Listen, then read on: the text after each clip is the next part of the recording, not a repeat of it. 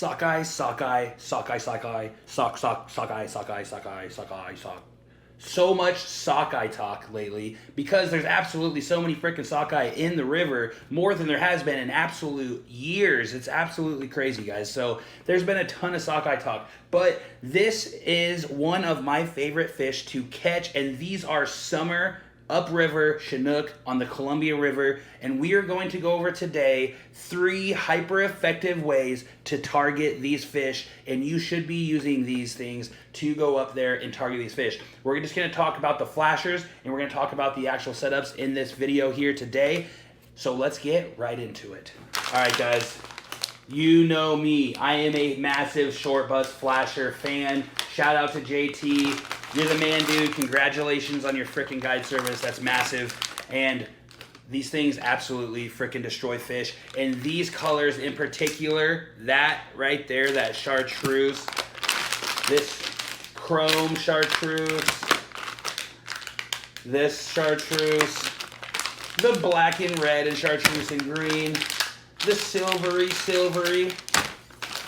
and the red and chrome. These things are absolutely going to be in the water when we go up there and destroy upriver summer Chinook here very shortly. Now, those are the flashers we're going to use. Let's talk about the setups that we are going to use and run while we are up there on the river fishing.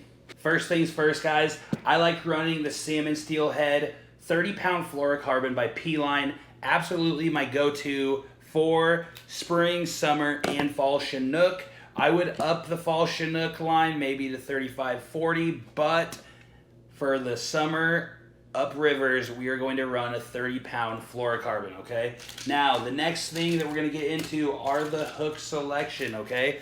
This is a 2/0 big river bait hook by Gamakatsu, and this is a size 1 big river bait hook by Gamakatsu. I love the angle of these big river bait hooks, and I like running a smaller stinger hook if you've ever watched any of my videos in the past. I love, once these things get pinned in the corner of that fish's mouth, they are not coming out. They're not big enough to move around in the fish's mouth once they're pinned. Once these things are pinned, they are pinned unless your freaking line breaks. That's realistically the only way one of those salmon, one of the big kings, is getting off of your line. It's not going to be because that size 1 hook. Once it's pinned, it's absolutely pinned, baby. Now, let's get one of these things out. We are going to tie a double non-slip mooching rig. Again, I have a video on my channel. If you want to go over there and learn exactly how I tie this up, I do 8 wraps around the shank of the hook. And then I find all the way down here, I go up. Womp, womp, womp. If I can get it through, because the eye of the size 1s are pretty small, and when you bite your line like that, it smashes the line. Okay, so now let's see if we can get this through just like that after we cut it. Pretty easy. Okay, then we just pull that tight. Then we're going to grab our 2/0 hook that we're going to put at the top up there, just like that, and we are going to grab the main line again, and we are going to feed it up through the eye. So up the shank, up through the eye, just like so. Drop the bottom hook. And there we have it. I like running for these kind of setups. The first setup, I'm going to run a 1-finger gap.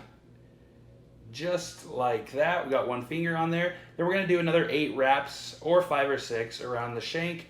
Pinch it. Find the other end. And just like that, we are going to pinch until we pull it all the way tight. Then we are going to grab our shears that I love having so much, and we are going to pull on these things nice and tight, knowing that our knots are set in place, okay? Then we're just going to trim our tag ends, hashtag trim your tags. I don't know why anybody would not trim your tags. It just doesn't make much sense. Anyways, so we have a double non-slip mooching rig, and we are going to set up the first setup that is going to absolutely need to be in your guys' arsenal up there when you guys are fishing for upriver summer Chinook on the Columbia River, okay? So let's reach into our bag here, and we are going to pull out a variety of 6mm beads, okay? I always run 6mm beads when it comes to Chinook salmon. It's the perfect size bead in my opinion, and I believe that you should as well. Now, other size beads definitely work, but I'm gonna stick with my 6mm beads because they've produced so many fish for me in the past. So we're gonna put 5 6mm chartreuse beads on our line. That's 4. I dropped one. Okay, and then we're gonna put 5 on just like that. Okay, this is super simple, super easy setup, guys. 5 beads just like that. We are going to grab a little small white or black inline clevis, just like that, and we are going to run it down the line, okay? Now, we're gonna grab a 3.5 blade, whatever kind you want. This is actually a custom blade made for my son by Hook Me Up Lures. He is a type 1 diabetic, my son, and they made this for him, which is pretty freaking cool. We are just gonna grab the blade, and we are gonna clip it onto the clevis just like so. Now, we have a 3.5 inline spinner for summer Chinook salmon on the Columbia River. A variety of different blade colors will work.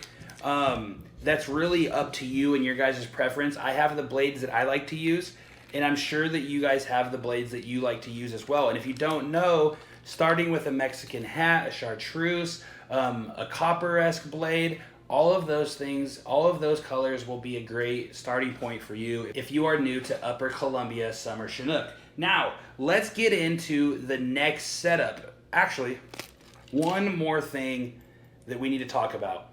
I run for my Chinook setups a 34 to 36 inch leader on every single one that I set up. It's just what I do. It's my bread and butter length, and I'm going to stick with it through and through. So you guys can run whatever leader lengths you would like, but I am running anywhere from a 34 to a 36 inch leader. And if it's a 34, I'm definitely putting a bead chain on it because I like it just a little bit closer to 36. Now guys, the next setup, this is actually a 3.5 spinner that my buddy made.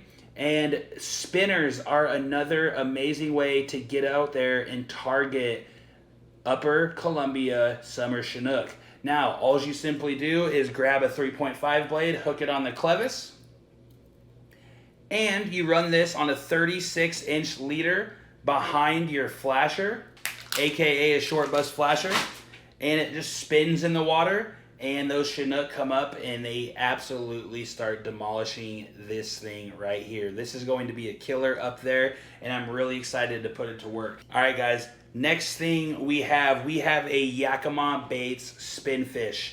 And with that spinfish, we always pair it with tuna in oil. This is tuna in oil. And as well, you can doctor up your oil with a little anise and krill, and it will go a long freaking way for you on the Upper Columbia when it comes to bonking big Chinook on the head. Let's get in, let's set up this spinfish really quick, and let's go into the final one. So let's set this up. I'm gonna grab a stinger hook out of there, a size 1, and then I'm going to grab a size 2/0, just like that. I'm going to grab my 30-pound P-line, and I'm gonna take about 45 inches off. Okay. Then I'm going to grab my size 1 hook, and we're just going to do another non-slip mooching rig super fast. And on these, with the spinfish or the Brad's cut plug, I like to leave about an inch, if not just over a finger gap, like 3/4 of an inch. And then I'm going to wrap that and set it in place. Okay, so wrap it 5 or 6 times on the wrap, guys. And then we are going to feed this down through that eye and just pull it down tight. Okay, just like so. Then we are going to grab a 6mm bead out of here. Just like so. I'm going to match the green with the green. Put the bead on. And we're going to pull it, let it go down to the bottom, just like that.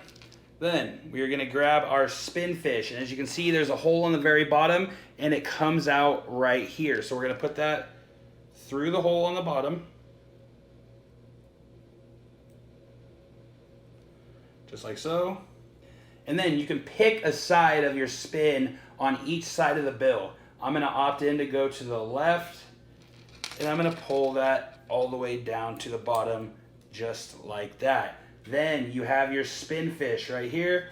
You simply pop it open, put your tuna in there, close it up. And again, I'm going to run a 36-inch leader on this spin fish. And let's trim our tag really fast so we don't. Boom. Just like that, guys. Absolute killer setup. Will 100% smoke Chinook on the Upper Columbia River. Now, let's get into the fourth and final setup. All right, guys, so the last setup is none other than the Brad's Kokanee cut plug. And as you can see here, this is an absolute gorgeous one, baby. Let's go ahead and rig this thing up. So again, I like running, on the cut plugs, I like running 2 beads because it doesn't feed in directly from the tail.